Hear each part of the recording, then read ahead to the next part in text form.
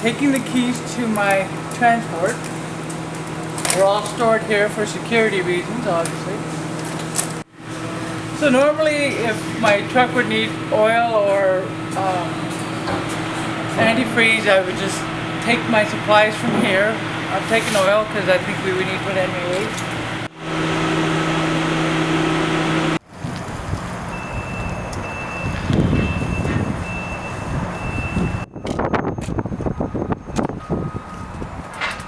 My name is JanicePedersen.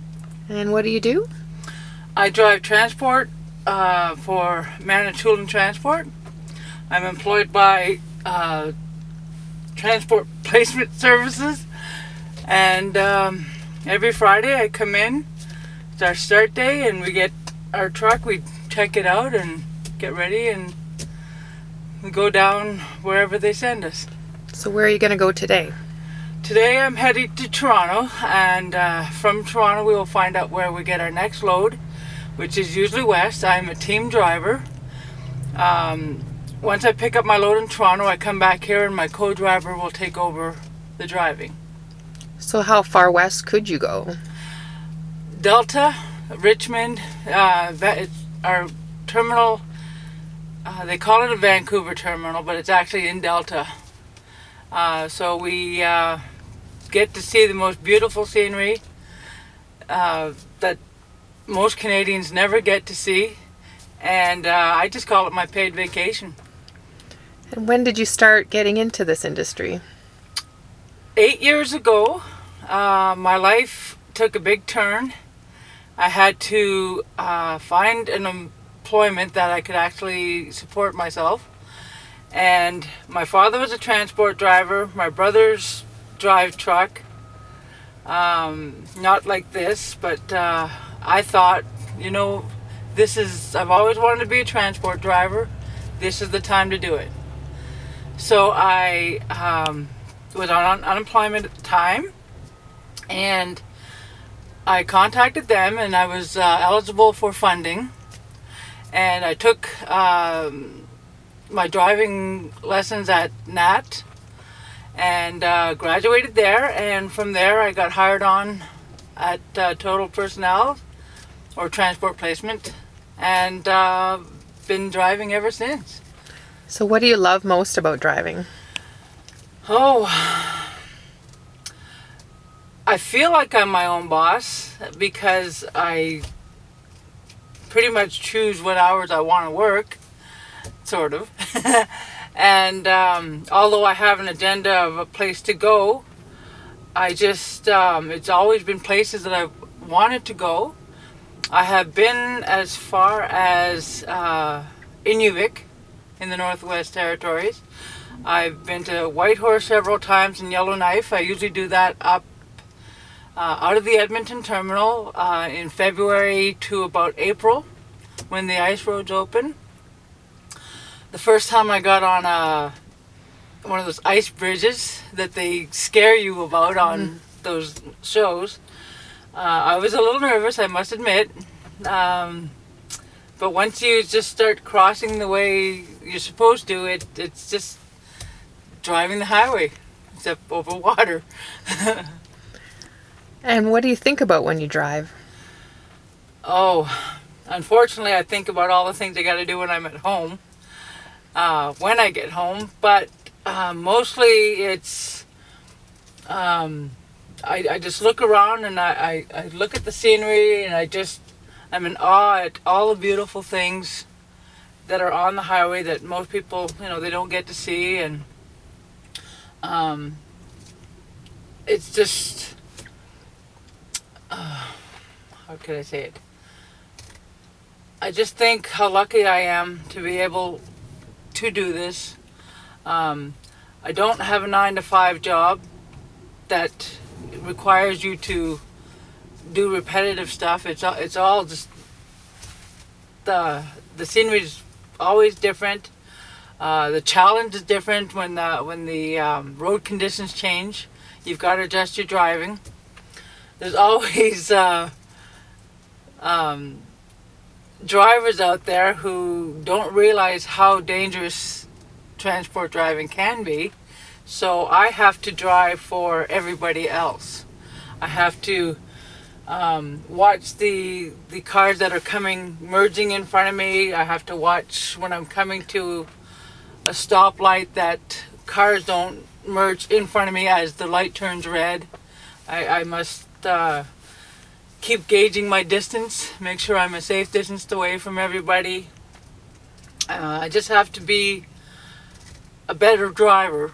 So, what advice would you give young women trying to get into trades? Trades in general, or in the trucking industry and trades, industry? Yeah. Do it. You will never. The money is definitely there, that you will never have to depend on anybody for your living. You will be able to have that freedom if you want to build a career, or some trucking companies will allow you to have your family and still drive truck. The choices are yours. You never have to worry about where your next meal is coming from, because you just have the money. As long as you're smart about it. If you go out and start driving and buy every toy out there and spend your paycheck as you get it, well, then you're not going to do very well. But I have never had to depend on anybody to cover any of my bills or anything like that. All my bills are all my own, and I pay all my own bills, and I feel I just don't have to make choices that I regret later on, because it's my life, it's my choice. And working for TPS and that, tell me a little bit about your experience working for them. Well, they definitely look after me, that's for sure. They are very adamant that all my training is up to date, especially with the dangerous goods and the WHMIS and safe winter driving. My paycheck is always there. And anytime I may have any kind of concern or problem, I always don't feel that I shouldn't go and discuss it. The boss's office is usually open, and he's always willing for a chat. And I would recommend definitely NAT as a driving school. It's very professional. They did. I must admit, this is my second time through a driving school. The first time was kind of a disaster. They just kind of taught me how to shift gears, where when it came time for my driving test, I was not prepared for it. They taught me nothing about road safety. They taught me nothing about the DOT rules or anything like that. But through the NAT school, I was taught the safety of the driving, driving distances, how to back to a dock, how to keep a proper logbook. Now we have the electronic logbook, so it's a lot less thinking. It's just it automatically does everything now. But the school was very professional. I was very impressed. I don't recommend ever learning from another driver on the road, because then you learn their bad habits that they've developed over the years. I would say, yes, you can continue your training with a good foundation of beginning learning, but I just know that some of my father was not a good fellow to learn from, I'm sure, because I went with him a couple times and I couldn't understand some of the things he did, but that was because of the bad habits he had picked up. And no, I don't regret going through a reputable, I would say a reputable transport training school. Of course, this is a diesel, so that sound that you hear is a safety feature of Manitoulin. It's called a lane tracker. It's designed for telling the driver that he's either getting or she getting too close to the yellow line or the white line. Sometimes fatigue will make a driver not as aware of where he is, and it is a fact that drivers do get tired, and the lane tracker is just another safety feature to tell the driver that if you're on the line a lot, maybe it's time to pull over and rest, or if, like myself, with as a team driver, pull over and switch drivers. So Manitoulin policy is for team drivers is to switch every 10 hours. Whether you've drove 10 hours or not, from the 10 hours from when you start your shift, they like you to switch to prevent our drivers from falling asleep. As the one driver is driving, the co-driver is sleeping in the bunk. So team driver... Is it comfortable? Yes, it is.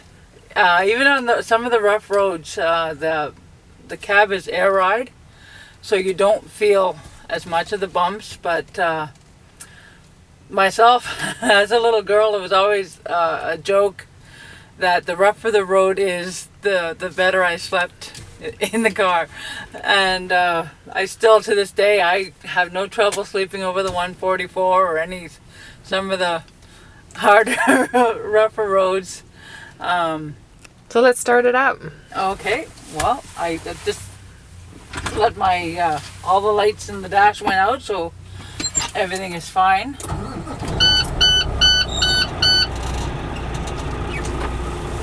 All of our gauges are where they should be. The tank is full. The air is already built up.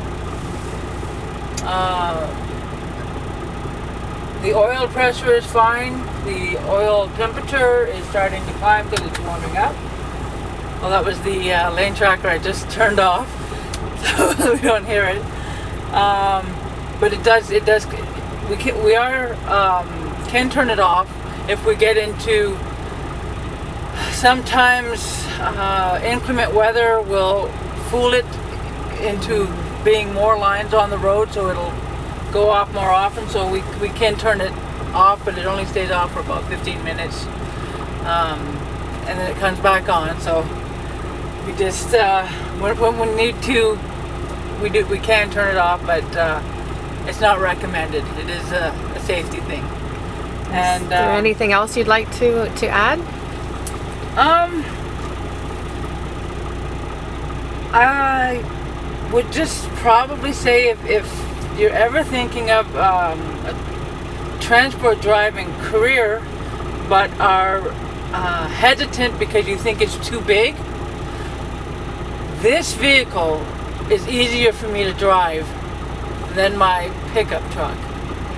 This vehicle, I see more. It follows the road nicer. It's a lot more forgiving with the steering wheel. If you ever did this in your pickup truck, you'd be changing lanes.